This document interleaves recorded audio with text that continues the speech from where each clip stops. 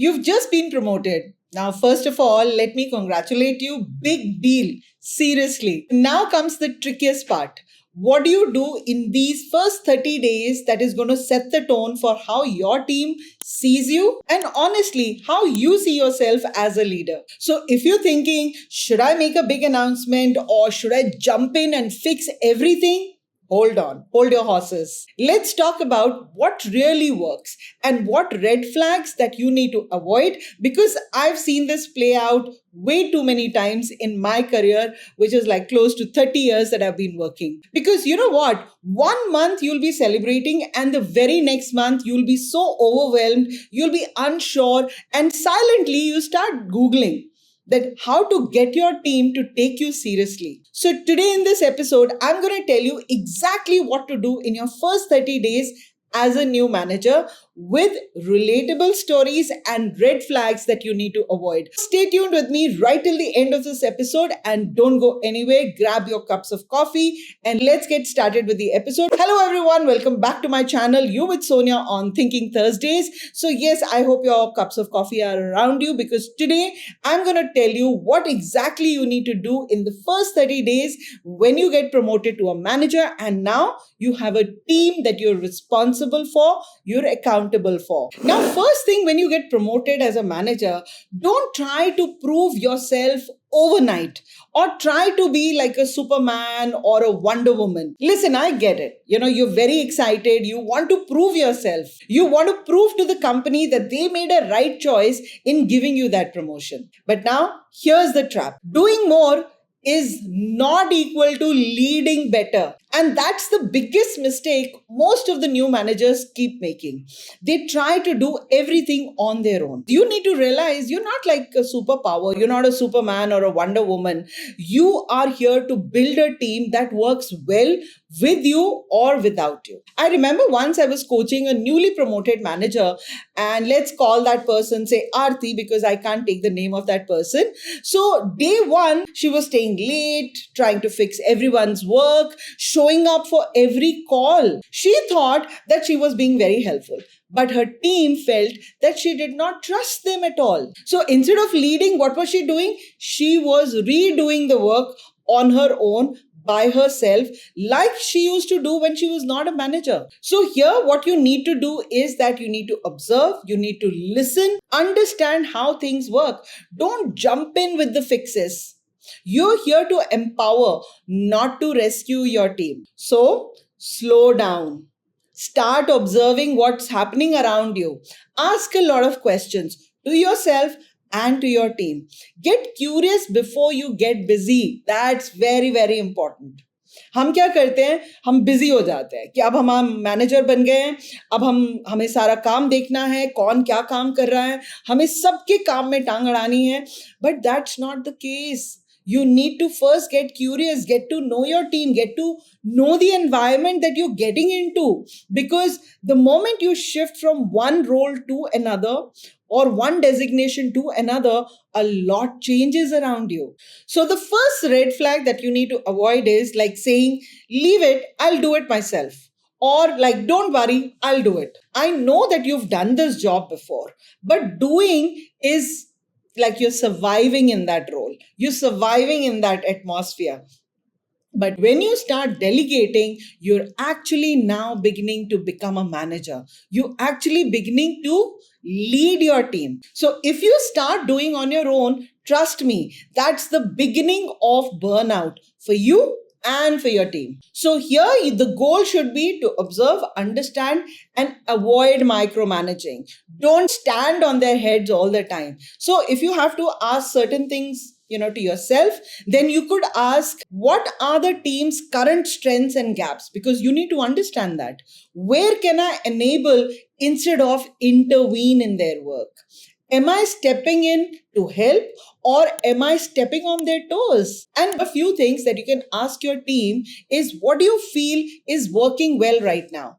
Are there any processes that feel very unnecessary and they are very heavy? that we need to relook or change? Where do you think we're losing time or energy? When you start asking these kind of questions, your team will be more receptive.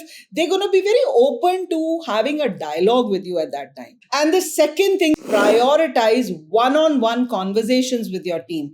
No, not a team meeting for sure.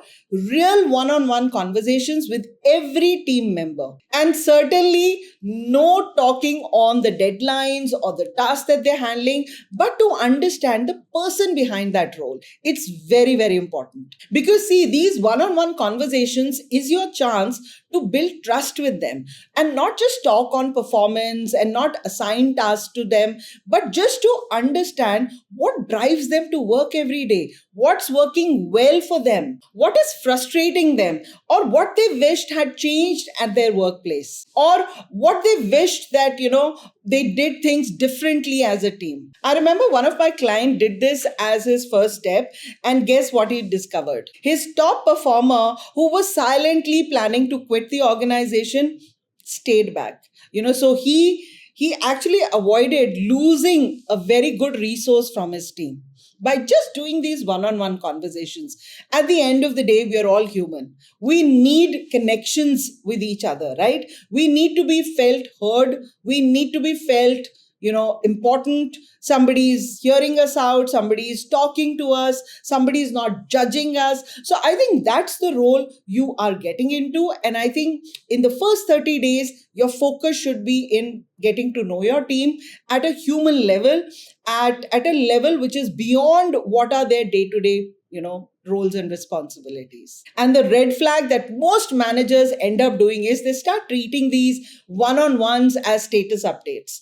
These chats are your gold mine. Don't waste them in getting to know what is the work that they're doing, how is the work going on, what was that client saying, how are we going to get new business from that client, etc. So don't get into that. Work can wait. First, you need to fix the first step, because here the goal is to build individual trust and understand what motivates those team members to come to work, to show up every day at work. So every now and then you can ask your team members that, how do you like to receive feedback from me, or what is the kind of support that you would want from me? What are you excited about in your role right now?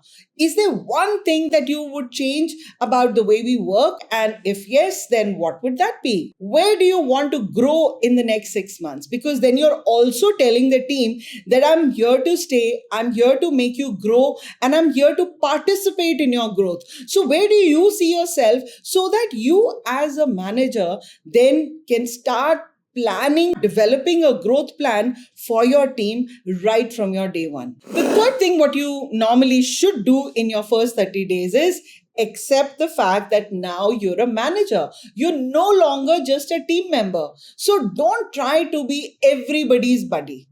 I did this mistake long back, and I've seen most of the managers who get appointed, who start getting one or two team members, they start becoming everybody's good friend. They want to be in the good books of every team member. Well, that's not going to happen, because this is where things get awkward. Right? Because last week you were chilling with them. You were having tea, you were having coffee, you were with them on lunch breaks, you were socializing, and you were going out for drinks and dinner and lunches outside office. So all that you were doing. But today you're their manager. So yes, it's going to get weird. You'll be tempted to say that nothing changes, guys. We're still the same. But you know what? It changes. A lot changes, and it should. And that's okay. Your new role now is to make some hard calls, give honest feedback, and protect your team, not just blend in with the team.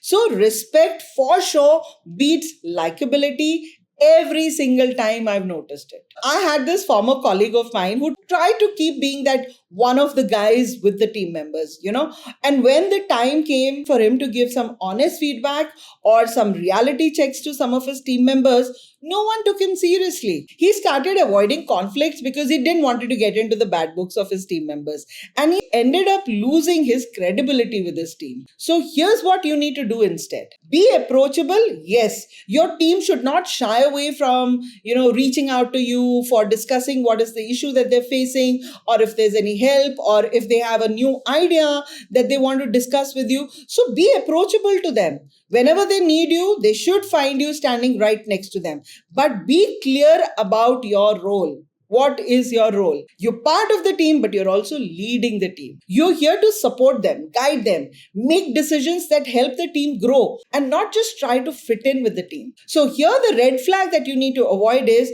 overcompensating by trying to be that cool boss. Remember, no boundaries is equal to no clarity. Please remember. Your goal should be to set the tone for leadership with clarity and authenticity. Here, if you have to ask yourself, ask that what is the kind of leader do I want to be known as? Am I making decisions for popularity, or am I making decisions for progress of the team? And how can I be approachable to the team without blurring the lines that now I am their manager? And whenever you're doing these one-on-one meetings with the team, then you should also ask them that what is the kind of support do you expect from me? How can I make this transition a smoother one for all of us? Because, till yesterday, I was sitting with all of you. I was working with all of you. Now I'm going to be leading you. And so we need to work, and there are a few things that are going to change. So how can I make this transition a little more smoother for all of us? And what's that one thing that your past manager did well or didn't do well that I need to be aware of, so that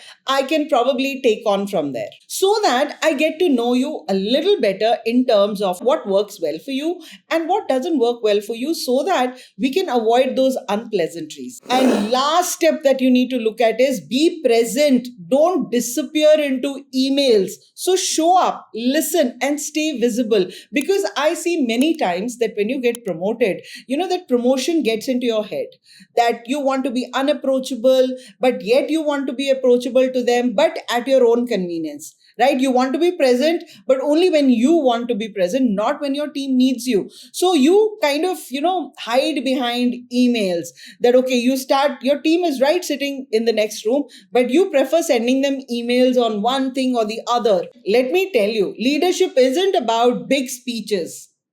It's about being available to your team. People want to see that you're there. You're not micromanaging, but you're involved in their work. Every now and then you can pop by at somebody's desk and ask them that how can I help? And if they say something, you should be curious and ask them, okay, tell me something more about this. Or you could just quietly observe how the team is operating. And sometimes just say, okay, I don't know this. Let's figure it out together. I remember one senior manager that I really admired used to do this like 10-minute walk-ins with different team members every day, not to inspect them, but just to understand, what is their pulse? How are they feeling today? What's their vibe today? And that resulted in that people actually felt heard. They felt valued. And that created a good amount of trust between him and his team members. Red flag that most of the managers again do, which need to be avoided, is hiding behind emails or showing that you're too busy. Because leadership is not like a remote control job that you're sitting somewhere else and your team is going to keep performing. Because leadership does not work behind the scene. You have to be there on stage with them and looking out for them. So here the goal should be to build connection and visibility through these small and consistent actions that you can take. So during any kind of informal interaction that you have with your team, you can start asking them, how's your workload feeling today? Because when you start asking this, the team feels, oh yes, so which means my boss has noticed that I am like really under a lot of stress and there's a lot of work on my head. Is there anything that's slowing you down or is blocking you? So people feel heard when you start asking them these questions, because these are open-ended questions where your teams can actually pour out what they're feeling or what they're going through. You could even ask them, is there something that you're proud of, that you did something this week or some achievement that you've done?